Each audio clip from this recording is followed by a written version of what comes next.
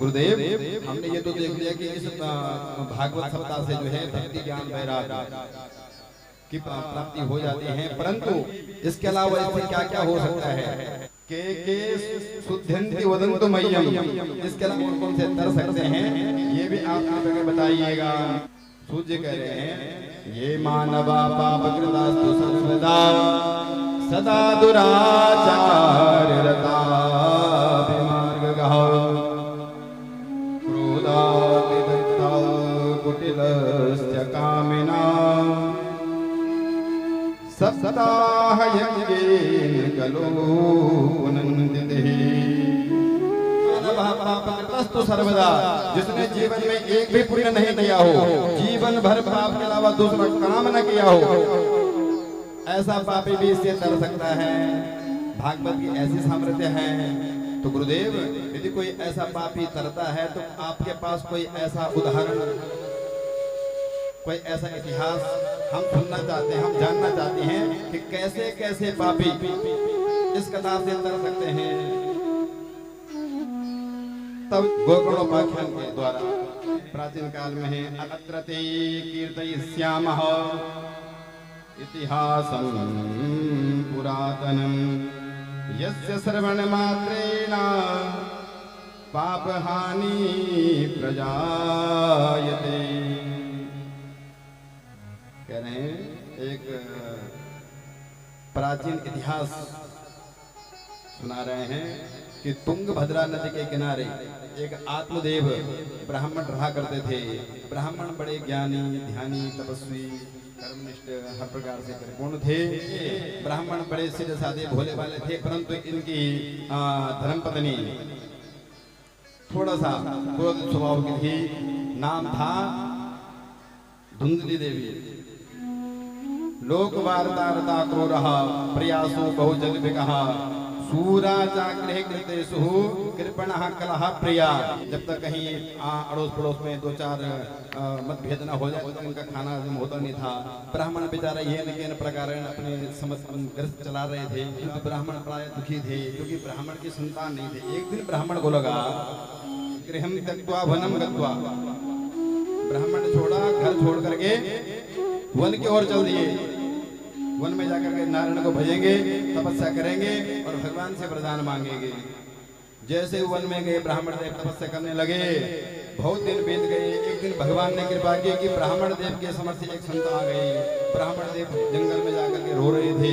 संत जी आए, संतों ने पूछा ब्राह्मण देव कथम रोदसी विप्रत्वम काते चिंता बलीयसी वदत्वं सत्वरं मह्यं स्वस्य दुःखस्य कारणम।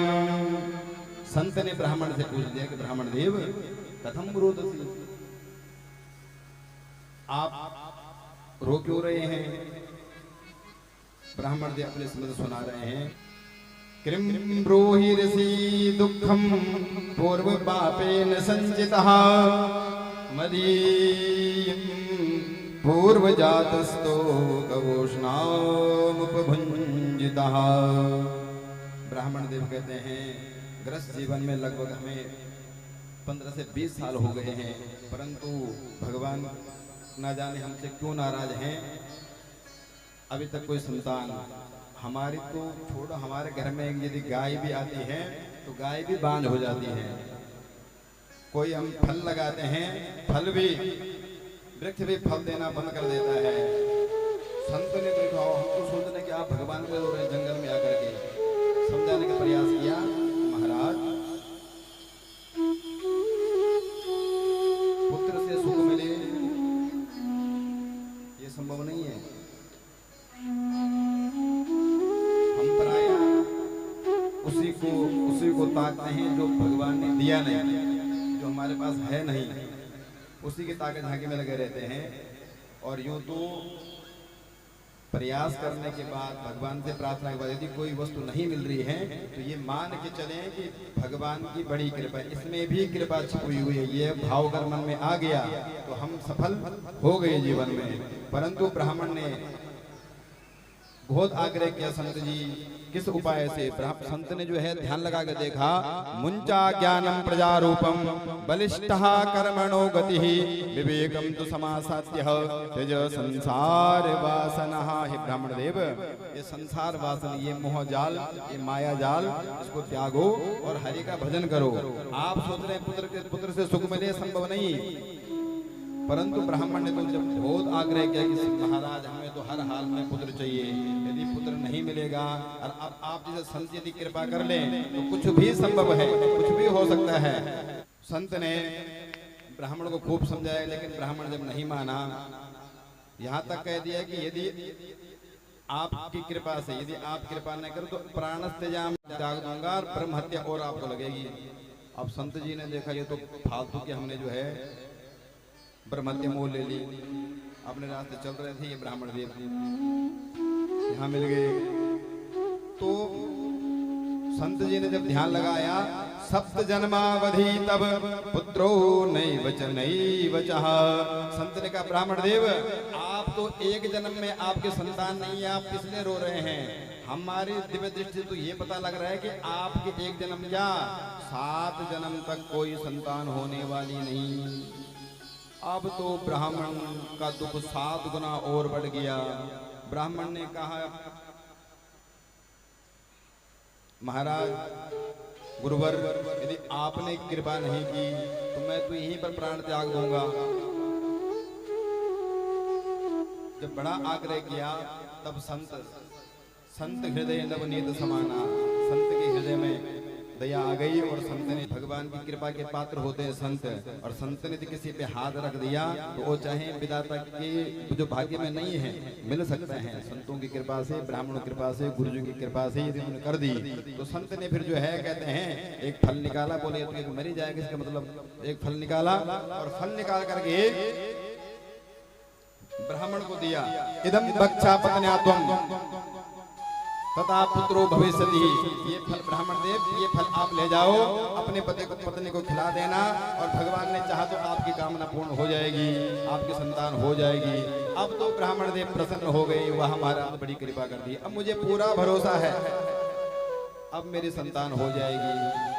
ब्राह्मण देव ने संत को प्रणाम किया और जंगल से दौड़ लगाई, सीधे घर में पहुंचे और घर में पहुंच करके कह दिया, अरे भाग्यवान सुनती हो? ब्राह्मणी अंदर से बाहर आई,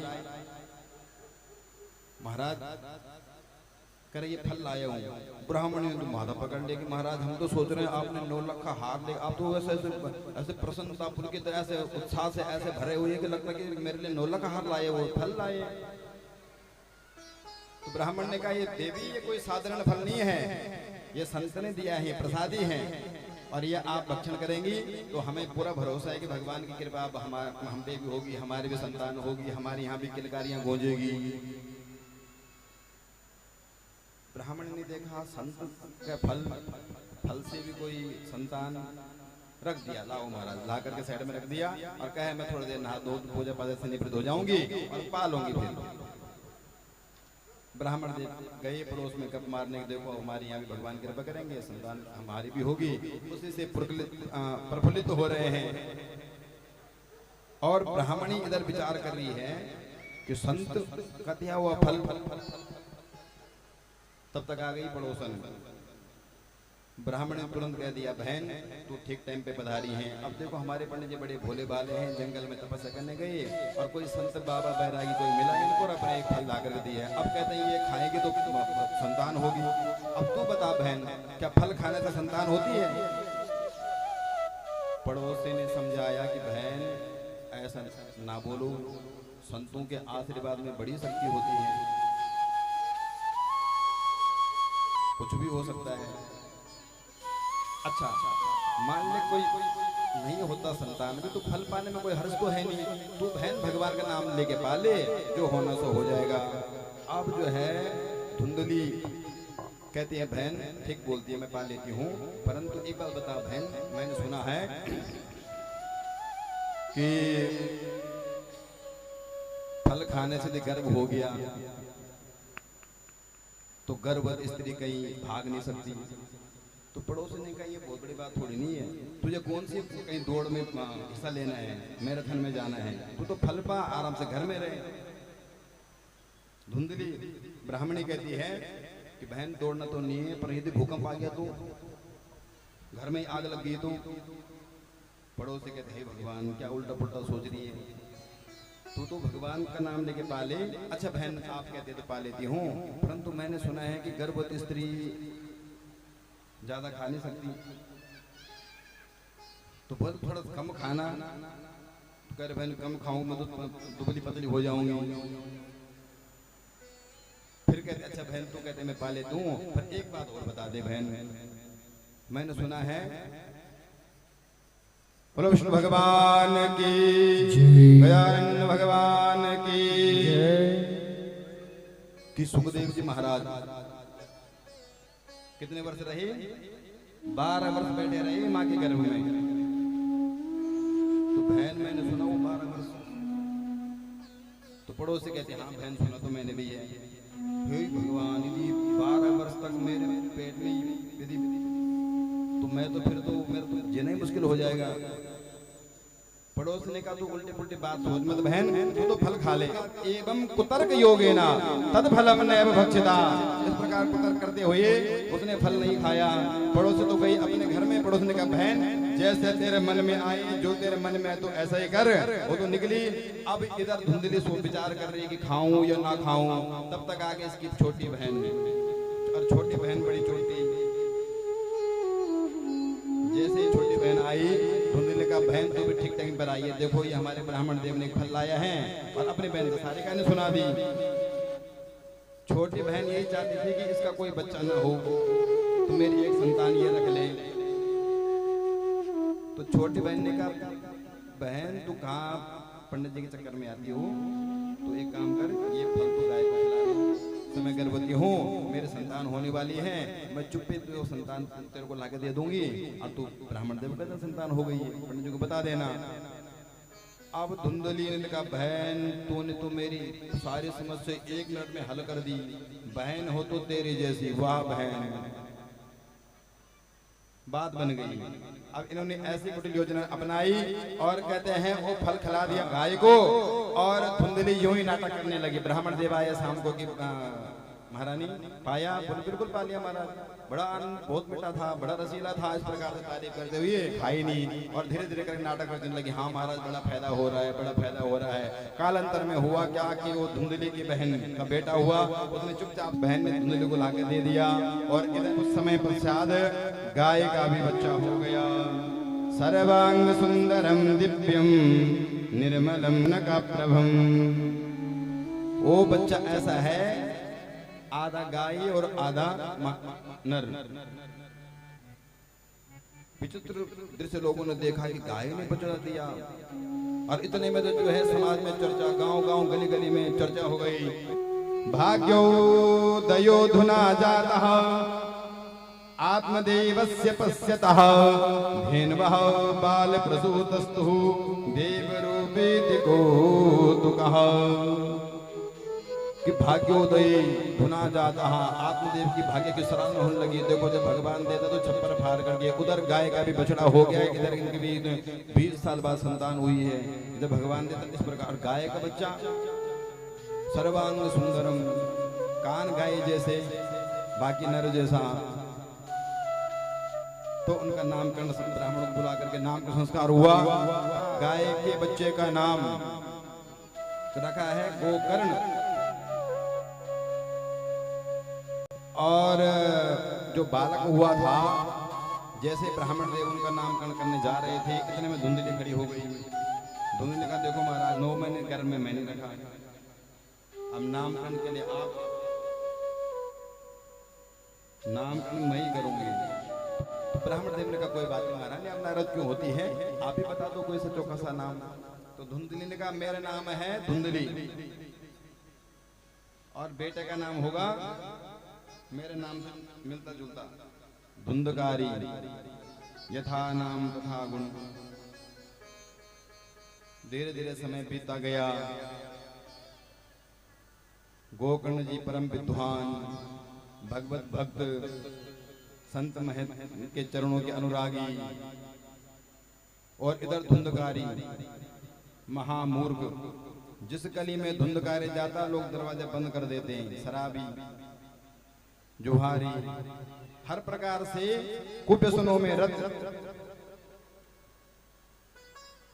धुंधकारी के जो है उल्हाने हर जगह से, आज हमारे यहाँ ऐसा कर दिया, दूसरे कर हमारे ऐसा कर दिया, हमारे बच्चे को इस प्रकार से मार दिया, वहां को आतंक फैला दिया। और ब्राह्मण देव परेशान, पहले भी परेशान थे, पहले भी दुखी थे। क्यों थे?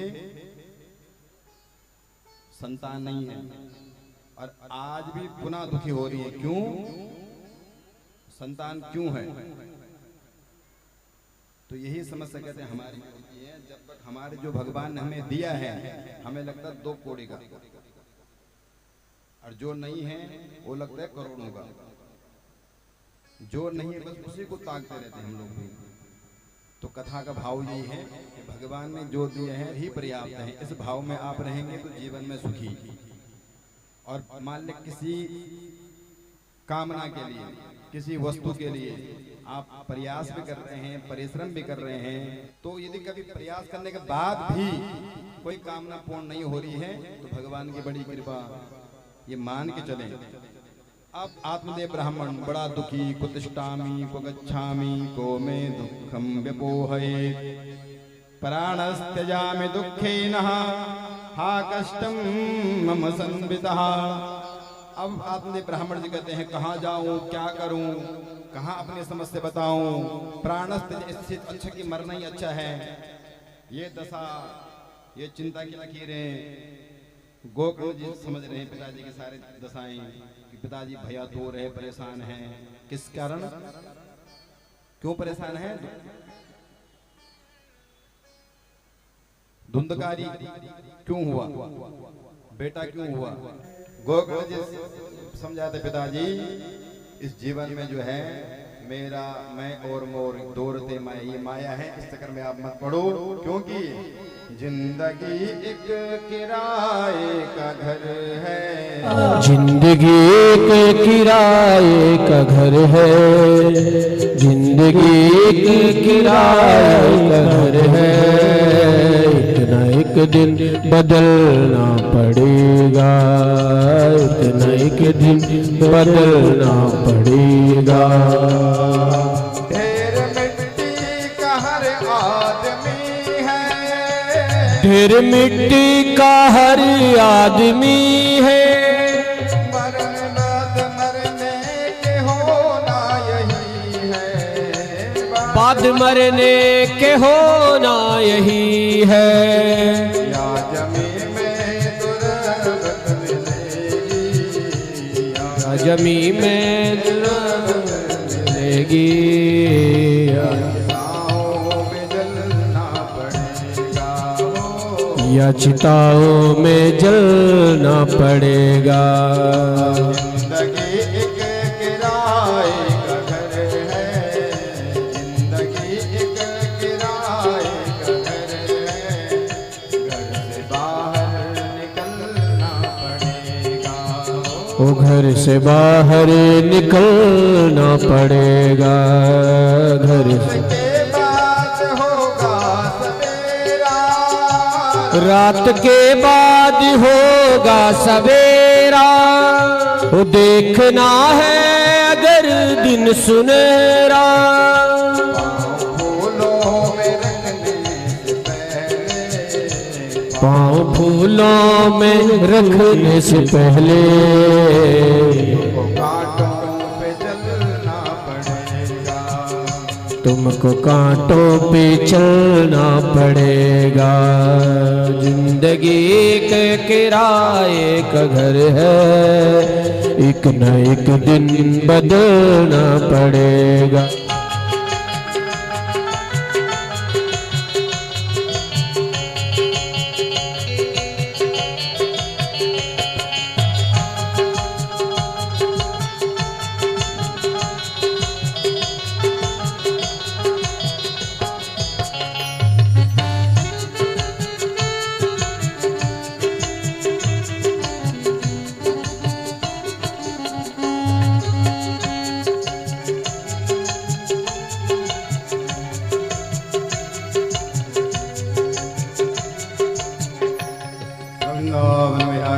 लाल की जय। गोकर्ण समझाना शुरू कर रहे पिताजी। ये जीवन किराए का घर है, कहाँ आप इस मोह जाल में फंसते जा रहे हैं। अब तो आप एक काम करो, आपने पुत्री कामना थी, हो गया है, आपने देख लिया है, तो कुछ जीवन में रखा नहीं है। आप तो पुनः जंगल में जाकर के भजन करो। न चेन्द्रस्य सुखम राजन न सुखम चक्रवर्तिनः सुखमस्या विरक्तस्या मुनिरेकांत जीवनः।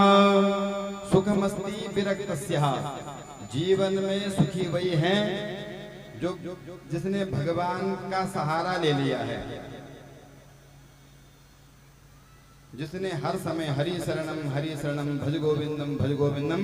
तो आप पिताश्री अब आप जो हैं ये संसार, ये ग्रस्त अंधकूप हैं, इसको छोड़ करके आप जंगल में जाकर के भजन करो। देहे स्तिमान तिरुतिरम विमतिम तजत्वः जाया सुता दुसला ममताम विमंचः पस्या निसम जगदिदम क्षणभंग निष्ठः वैराग राग रसिको भव भक्ति निष्ठः धर्मा भजस्वतम तज लोक धर्मान सेवस्य साधु पुरुषाय जय काम कृष्णः। पिताश्री धर्मा भजस्वतम तज लोक धर्मान, ये लौकिक जो कामनाएं हैं, भौतिक जो वासनाएं हैं, आप इसका त्याग कीजिएगा। आप जंगल में जाकर के भजन कीजिएगा, क्योंकि ये शरीर भी जो है पंचायती है। क्षिति जल पावक गगन समीरा, क्षिति जल पावक गगन समीरा पंचरचित यह अधम शरीरा। पंचरचित यह अधम शरीरा। जय सिया राम जय जय सिया राम, जय सिया राम जय जय सिया राम।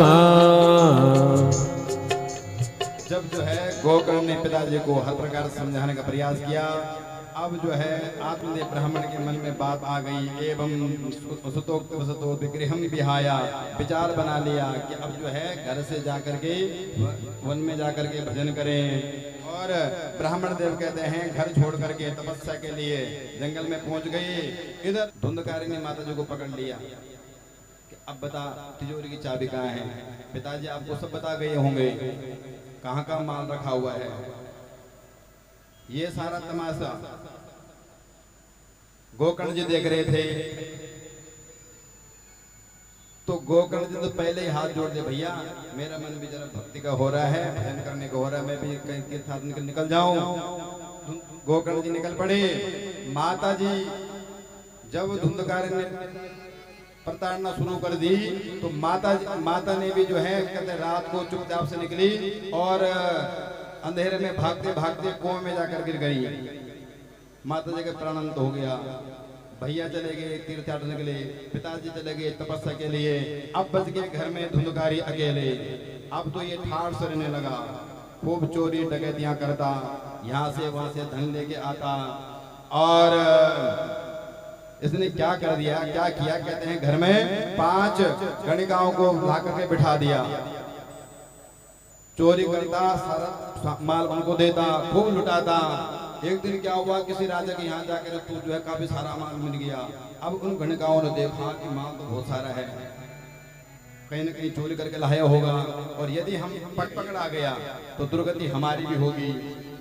तो उन्होंने रात को कहते हैं तप्तंगार समूहस्यः, एक कुटिल योजना बनाई और अंगारों के समूह से गोपकार्य को रात को पकड़ा, उस समूह में भर दिए और रात को ही मार डाला और गड्ढे में गाड़ करके जो सामान था सारा लेकर के 9-2-11 हो गए। गोकर्ण जी तीर्थयात्रा कर जा रहे थे। जैसे ये समाचार गोकर्ण जी के कान में पड़ा तो गया में जाकर के गोकर्ण जी ने पिंडदान किया, श्राद्ध किया और उसके बाद घर में पहुंचे।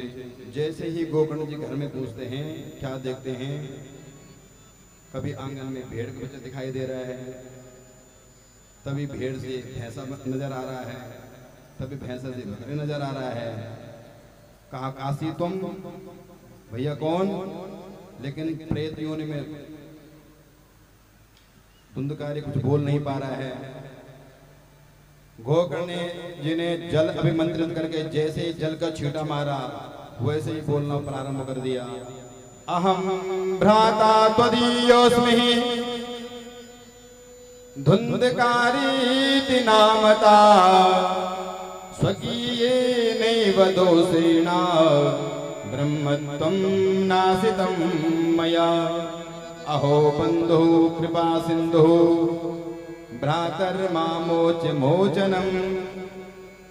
धुंधकारी कहता है अहम भ्राता त्वदीयोऽस्मि, हे भाई मैं आपका भाई हूं, धुंधकारी मेरा नाम है। तो गोकर्ण जी ने कहा हाँ हमने आपकी सूचना सुनी थी कि आप जो है मृत्यु को प्राप्त हो गए हैं। हमने आपके नाम से गया में जाकर श्राद्ध तर्पण पिंडदान सब किया है। उसके बावजूद भी धुंधकारी कहता है गया श्राद्धे सते नापी मुक्तिर्न भविष्यति। गया में जाकर के आप एक नहीं 1000 पिंडदान भी, क्योंकि गया की मान्यता है कि वहां पर एक पिंडदान करने से हमारे पितरों का तारण हो जाता है। वज्रलेख को भविष्यति, गया में जाकर जो भी आप पुण्य करते हैं वज्रलेख के समान हो, जन्म जन्मांतर आपके साथ वो पुण्य रहेगा, ये मान्यता है गया की। तो गोकर्ण जी कहते हैं कि हमने तो आपके नाम से वहां पर पिंडदान किया है, फिर भी आपकी मुक्ति। धुंधकारी कहते हैं भैया ऐसा वैसा प्रेत नहीं बना, नंबर 1 का प्रेत बना हूं। गया में 1 नहीं 2 नहीं 10 नहीं, आप 100 पिंडदान भी करेंगे तो मेरा तारण नहीं हो सकता। भाई कोई ऐसा उपाय निकालो जिससे कि मुझे मुक्ति मिल जाए, क्योंकि अपनी प्रेत पीड़ा, अपनी प्रेत योनि की दशा बता रहा है कि इस प्रेत योनि में जो है भूख लगती है, खा नहीं सकते, प्यास लगती है, पानी जल सामने है, पी नहीं सकते, कहीं पर रमणीक स्थान में बैठना चाहिए, हवा का झोंका आकर न जाने कहाँ उड़ा के ले जाए। प्राय लोग जिंदगी से तंग आकर के जहर खा लेना, मर जाना नहीं, कई बार जो है समस्याओं से घिर करके हम इस प्रकार कदम उठाते हैं, सोचते कि अब सुखी हो जाए। तो ये बता रहा दशा हम आप तो गए नहीं, लेकिन ये बता रहा है कि प्रेत योनि कितनी दुखदायी है। जल है सामने, प्यास लग रही है, पी नहीं सकते हैं। तो इस प्रकार से अपने करे भैया बड़ा दुखी हूँ, बड़ा बेचैन, बड़ा भटक रहा हूँ, ये बड़ी दुखदायी है योनि। भैया कोई तो मुक्ति का उपाय निकालो, आप ही मेरा कोई उद्धार कीजिएगा। तब गोकर्ण जी परम ज्ञानी थे, उन्होंने सांत्वना दिया कि आप देह को धारण करें, मैं कोई आपको अवश्य कोई योजना कोई उपाय बताता हूँ, कोई निकालता हूँ जिससे कि आपको मुक्ति मिल जाए। ये सांत्वना देकर के रात निकली। प्रातः काल गोकर्ण जी उठे, मन में प्रसन्न था कि प्रेत योनि से मुक्ति का क्या उपाय हो सकता है। इनसे पूछते, उनसे पूछते, उन संतों से, इनसे उनसे, कहीं से कोई समाधान जब ढंग का न निकल पाया, तब गोकर्ण जी ने क्या किया, भगवान सूर्य की आराधना की, तपस्या की और सूर्य भगवान से ही प्रार्थना की। तुभ्यं नमो जगत साक्षिन् ब्रूहि मे मुक्ति हेतुकम्। तब दिव्य वाणी से आवाज आई, श्रीमद् भागवतान मुक्ति सप्ताहं वचनं गुरु। श्रीमद् भागवतान मुक्ति दिव्य वाणी जैसे कानों में पड़ी गोकर्ण जी की कि श्रीमद् भागवत महापुराण ही प्रेत को प्रेत योनि से मुक्त कर सकता है। गोकर्ण जी ये उपाय सुना और घर में आकर कहते हैं इसी प्रकार के सप्ताह यज्ञ का वाचन करना शुरू कर दिया, प्रारंभ कर दिया। जैसे हम लोग और तुम लोग करते हैं, इसी पर इसको बोला भैया तुम भी आना, तुम भी आना, और इसी प्रकार से वाचन शुरू हो गया। गई वहां पर एक बांस का गांठ इसी प्रकार से लगा था। पहले दिन की कथा से एक बांस का गांठ चट गई, क्योंकि धुंधकारी हवा के मारा यहाँ वहां भटक रहा था, टिक के कथा सुन नहीं पा रहा था, तो बांस के डंडे में ही घुस कर बैठ गया। एक दिन कथा से एक गांठ चढ़ गई, दूसरे दिन की कथा से दूसरी, तीसरे दिन की कथा से तीसरी, और इस प्रकार से जो है एवं दिनस भेदः सप्त ग्रंथि विभेदिनः। 7 दिन की कथा जैसे संपन्न हुई, 7 गांठ चटकते हुए दिव्य रूप धरो देहा जाता तुलसी दाम मंडितः। पीतवासा घनश्यामो मुंडकुंडली मुकुटान्वितः। एक बांस के डंडे से दिव्य रूप प्रकट हो गया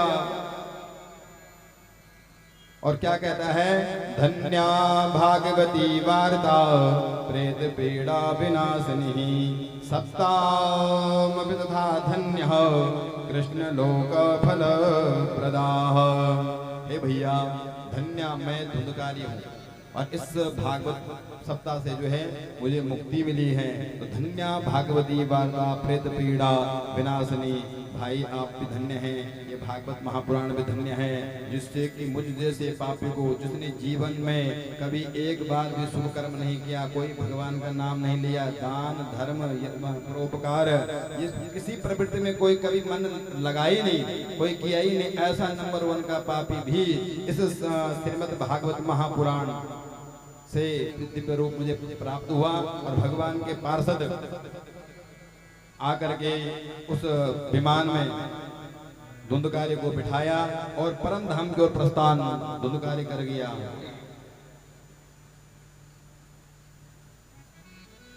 बोलो वृंदावन बिहारी लाल की जय। जैसे ये अलौकिक छटा सभी भक्तों ने, श्रोताओं ने देखा तो सबने प्रसन्न कर दिया कि भैया गोकर्ण जी, यहाँ पर श्रोता तो हजारों की संख्या में हैं और विमान स्वर्ग से एक ही क्यों आया। अत्रैव बहवः सन्ति श्रोतारो च मम निर्मलः आनीतानि विमानानि। एक ही विमान इतने श्रोताओं के लिए, सबके लिए, यदि इस भागवत से सबका तारण होता है तो एक विमान क्यों आया, सबके लिए क्यों नहीं। गोकर्ण जी कहते हैं, श्रवणस्य विभेदेना जाकी रही भावना जैसी, पर मूरत देखी तिन तैसी। जो जिस भाव से, ये तो कल्प वृक्ष हैं, जिस कामना के लिए आप इस कथा का आयोजन या इस सत्संग में आकर के बैठना, जिस कामना के लिए आप बैठोगे वही कामना आपकी पूर्ण होगी, निष्काम वालों को भगवान की प्राप्ति भी होगी। तो गोकर्ण जी कहते हैं कि एक मुक्ति की कामना केवल धुंधकारी की थी, बाकी जिसकी जो कामना, कोई तो घर में यूं ही बैठे थे, बोले कि गोकर्ण जी पहली बार कथा कर रहे हैं, जरा चल के आए, देख के आए, तो टाइम पास के लिए बैठे हुए थे। कोई बैठे तो थे लेकिन पल्ले कुछ नहीं पड़ रहा था, केवल मुक्ति की कामना धुंधकारी की थी, इसलिए इसका तारण हुआ। जैसे ये बात श्रोताओं ने देखी, सुनी, प्रत्यक्ष या छटा देखी, विमान में आकर के गोकर्ण जी जा रहे हैं, अब तो इन्होंने भी जो है विचार बना दिया कि हमको भी भगवान की प्राप्ति। गोकर्ण जी ने कह दिया कि अब जो है, अब चूक मत जाना, अगली बार पुनः हम जो है इसी प्रकार के श्रीमद् भागवत महापुराण का आयोजन करेंगे और उसमें आपकी जो भावना हो, जिस कामना के से आप बैठेंगे वही कामना आपकी पूर्ण होगी। पुनः कहते हैं अगली बार गोकर्ण जी ने इसी प्रकार से श्रीमद् भागवत महापुराण का आयोजन कराया। उसमें क्या हुआ, अयोध्यावासिनः पूर्वम यथा रामेण संगतः तथा कृष्णेन ते नीता गोलोकम योगि दुर्लभम। जितने श्रोता बैठे थे उतने ही विमान प्रकट हो गए, भगवान के पार्षद आए और सभी को जिस प्रकार से जो है अयोध्या वासिना पूर्वा, अयोध्या के समस्त परिकर भगवान श्री राम जी के साथ परम धाम को प्रस्थान कर गए। उसी प्रकार से उस कथा में जितने श्रोता थे सभी श्रोता जो है परम धाम को प्रस्थान कर गए।